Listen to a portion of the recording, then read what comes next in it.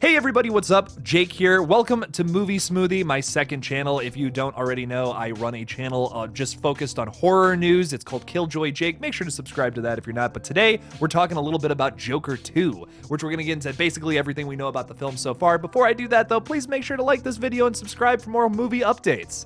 So, getting into this, basically the Joker is back for a second film. Joaquin Phoenix will reprise his role in another film from Todd Phillips, the director of the last movie, who's also directing and writing this next film with Scott Silver. I'm super excited for the film. I guess last week, Todd Phillips revealed on Instagram that the title of the new project will be Joker Folie à Deux. I don't think I'm pronouncing that correctly, but maybe.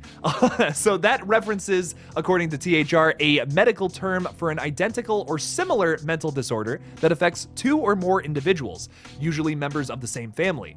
And it quite literally translates to madness for two. Now, what's interesting about this is a lot of people were kind of speculating, like, what does that mean? Could they possibly, like, who's the second person that's also going insane? There's a lot of people that could be at the Arkham Asylum where we know Joaquin Phoenix's character Arthur Fleck has ended up from the last film. Could it possibly be referring to maybe even Bruce Wayne, who was briefly in the last film? I actually think that they should go somewhere with that since they set it up in the last movie. I doubt they just kind of leave that behind and it was just like a little like, hey, look at that, Bruce Wayne exists in this universe. That's cool. They got to go somewhere with that, I think, in the next film. But THR also reports this week that it's probably talking about Harley Quinn, who may be played by Lady Gaga. Now, a deal has not been made, but according to THR, details on her character are being kept under wraps, but Joker is known for his on-off abusive relationship with Harley Quinn, his psychiatrist at the Arkham Asylum mental institution, who falls in love with him and becomes his sidekick and partner in crime. It is unclear whether Phillips and company are using other DC characters or striking out on their own, as they did in many instances with the first movie. If a deal makes, Gaga would play Quinn. However, this new Quinn exists in a different DC universe than Margot Robbie's Harley Quinn, who most recently appeared in 2021's The Suicide Squad, as well as several other films. So right there, I think that's really interesting. There was some speculation that, we got a darker Batman movie recently from Matt Reeves, which was really awesome. Really enjoyed that film, but I don't believe they're going to be taking place in the same universe, or maybe any of the other DC films in the same universe. But what I think is cool here, and why I think this works, is like I said earlier, we have Joker checking into the Arkham Asylum at the end of the last film. This is, of course, where he will meet Dr. Harleen Quinzel and corrupt her at her psychiatric institution.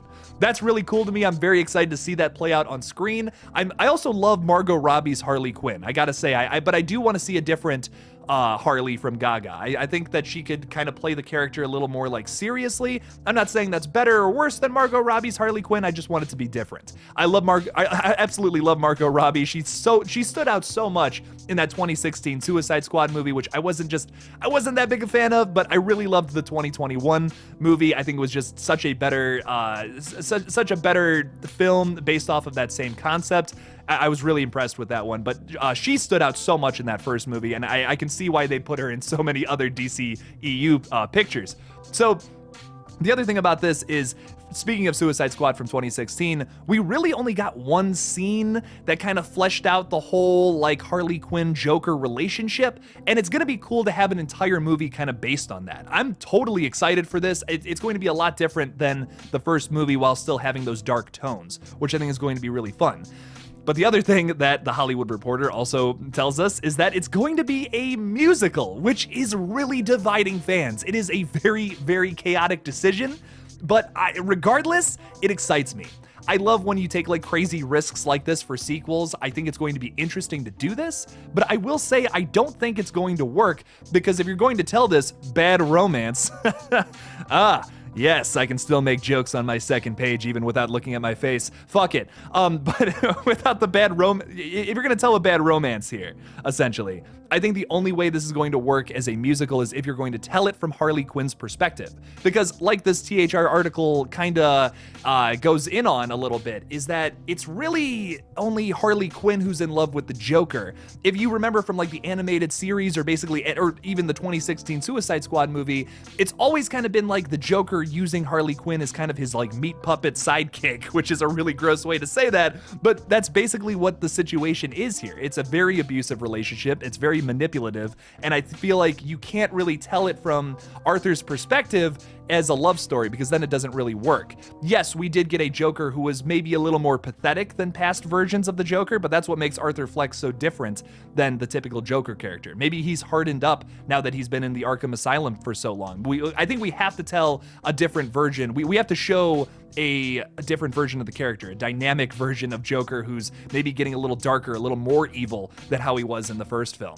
Like, I think in the first movie, we saw like the origins of the character now show us how he's developed as a criminal in this next movie. I feel like that's the best route that they can go with it to make it interesting again, and to make it like to continue the story, show us this romance between the two characters. But like I said, not your typical romance. This is a little more evil, a little more scary than just typical what you would find in a regular romance movie. I want to see some like dark horror elements to it that could be really fun.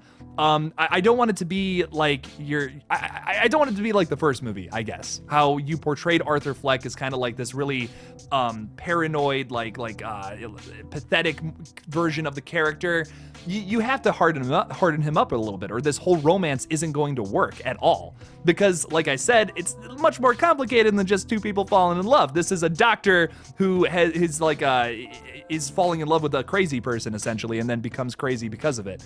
I'm curious to see how they do this as well, because in Suicide Squad from 2016, which is like the most recent version of this story, to my knowledge at least, we saw the Joker actually using like electricity, like shock therapy on her to basically mess with her brain and all that to make her even crazier. So I wonder what they're gonna do here, if like maybe they tell an escape story too about how the Joker gets out. I feel like that's kind of the route they have to go. Maybe like I was thinking like towards the end at first, I was like, oh, maybe he gets out, like the whole movie's about him getting out. That could be really fun. Because typically when you see a Batman movie with the Joker, it's like he escapes at the very beginning of the film. It's all about Batman taking him out. But if this is just going to be the Joker, and if we don't want to fall into what Sony does with Spider-Man villains, where it's basically them just running around without Spider-Man, and it's Morbius versus the regular police, that just kind of sucks to me.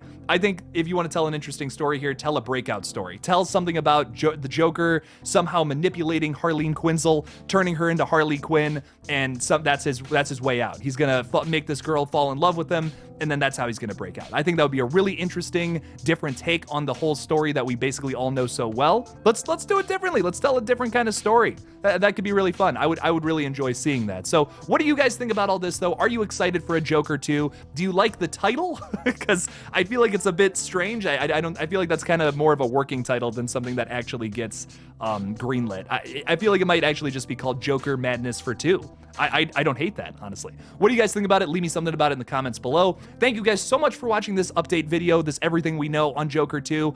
Don't forget to like this video and subscribe to Movie Smoothie. I would greatly appreciate that. We're gonna be doing updates on a bunch of different horror movies. I mean, just regular movies. If you want to see horror movie updates, go over to my main page, Killjoy Jake. It's some good stuff over there. I talk exclusively horror movies over here. I talk about basically everything else I'm excited about on this page. And is Joker a horror movie? Maybe, but it's much more of a superhero movie. Wink, nudge, tongue-in-cheek. I don't know how else to explain it, but basically everything that isn't like 100% horror, I'll be talking about here. So subscribe, like this page. I'd greatly appreciate it. Thank you guys so much for watching. Peace out.